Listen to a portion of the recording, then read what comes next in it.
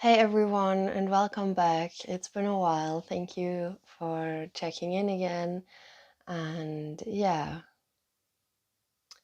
I'm tuning in from winter Germany, which is causing quite the hibernation mode.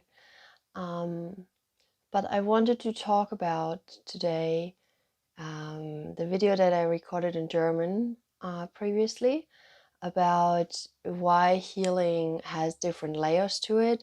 And this video is kind of especially for those of us who have this or who can have this experience of, oh my God, I've been there so many times. Why am I revisiting this pattern inside of myself? Why am I still making the same mistakes? Or if you're on the healing journey, in the deeper layers of your psyche, of your soul, or body mind, um, if you're encountering the same emotional pain again and again, and you thought you had dealt with it and you thought you're done with it, and it's still showing up, I can certainly relate to that in my own personal experience, and I want to share with you what I have come to learn and come to see with this. And it's the following. It's basically just this spiral pattern that I view life as, pretty much. So we are encountering a pattern and we deal with it in the way that we are able, from the state of consciousness that we're in at the time when we're dealing with it or when we're encountering it. And then we continue our life and we move on. And as the spiral spirals, we come again at the point where we have where this emotional pain or trauma comes up, and it's there again, and we're dealing with it, or we're invited to deal with it again, but from a slightly different perspective, with an expanded awareness, with a different mind or set and body set, with a different consciousness perspective. And so what this means in a little bit more nuanced way, I find, is that I practice, and I show or try to show this to my clients as well, to meet those inner aspects with compassion and kindness and tenderness and gentleness. And so by doing that, we expand our capacity for compassion and for being compassionate with ourselves and actually others as well.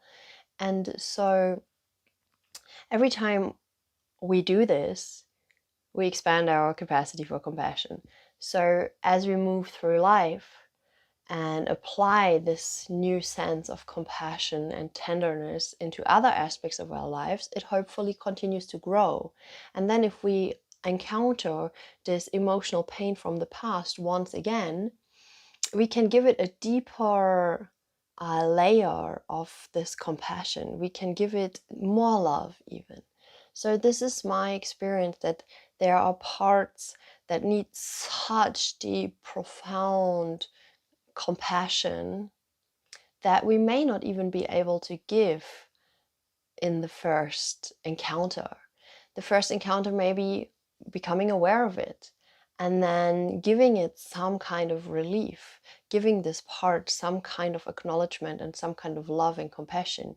But then it's, of course, the integration happens in our daily life, where we learn and practice to be in touch with this emotional wound throughout our life, and tending to it in the way that we're dealing with life, in the way that we're approaching situations, people, projects, and our life in general.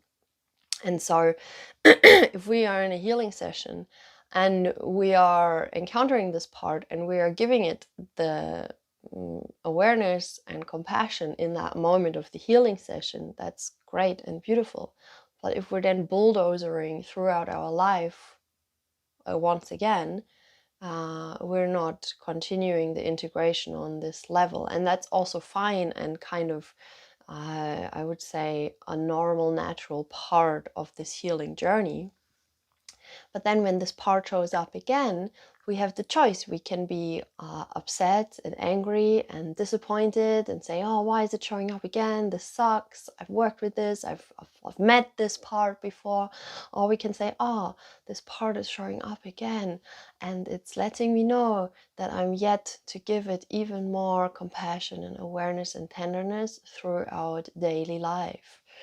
And so every time these parts come up, they invite us into deeper inner awareness, inner connection, inner intimacy with ourselves and with the particular part or parts that show up. I can see that this sound may sound like a lot of work and sound very complicated, and in a sense it is definitely work, and in a sense it is kind of a full-time job. But what I have come to learn over doing this work now for the past like 5 to 6 years is, the more I do it, the more it just becomes natural to me and natural to the way I live life. And of course, I'm not perfect, ta-da, but it becomes more natural, and it becomes more part of my way of being and of my way of acting.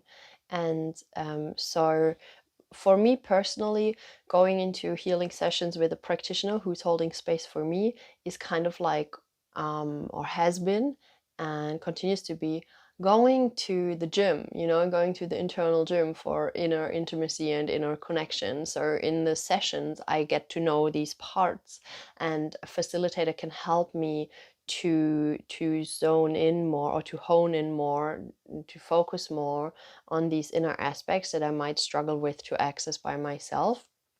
And then and through doing it regularly with a practitioner, at least in the beginning, I can learn, I can hone the skill. It's like a muscle, once again, that we train. And the more I do this, for me personally, less and less I can ignore these parts of myself. And they're still, uh, I experience enough default of actually going into ignorance or numbness towards these aspects of ourselves. And from what I have experienced so far in my comparatively short amount of time of doing this work, but what I also hear from practitioners who've been doing it for decades, they also say some parts, they seem to be here for the whole lifetime for us to be with, to integrate, to love. And it might have to do with the soul aspects. This is all a big mystery in some sense, so I don't want to go too much into the spiritual philosophical here right now. But yeah, this is kind of what I wanted to share on this perspective of why healing has different layers and why it can seem like, oh, this is showing up again. It's part of the process, and it's actually inviting us to become those deeply compassionate, caring, loving beings that I believe we are. And I believe the world really needs more than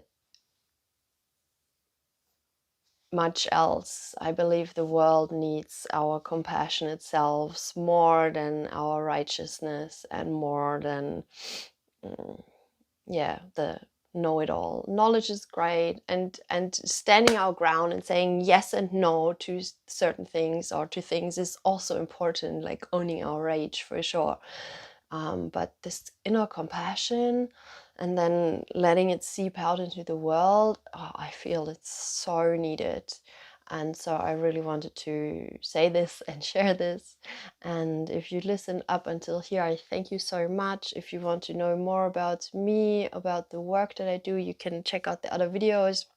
You can look at my website, which is not totally complete, but always kind of in progress.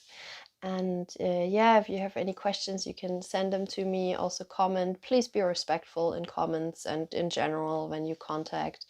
And if you like the video, you can give it a thumbs up and subscribe to the channel, because it helps me to grow this project as well, which I am grateful for. If you want to do so, support it.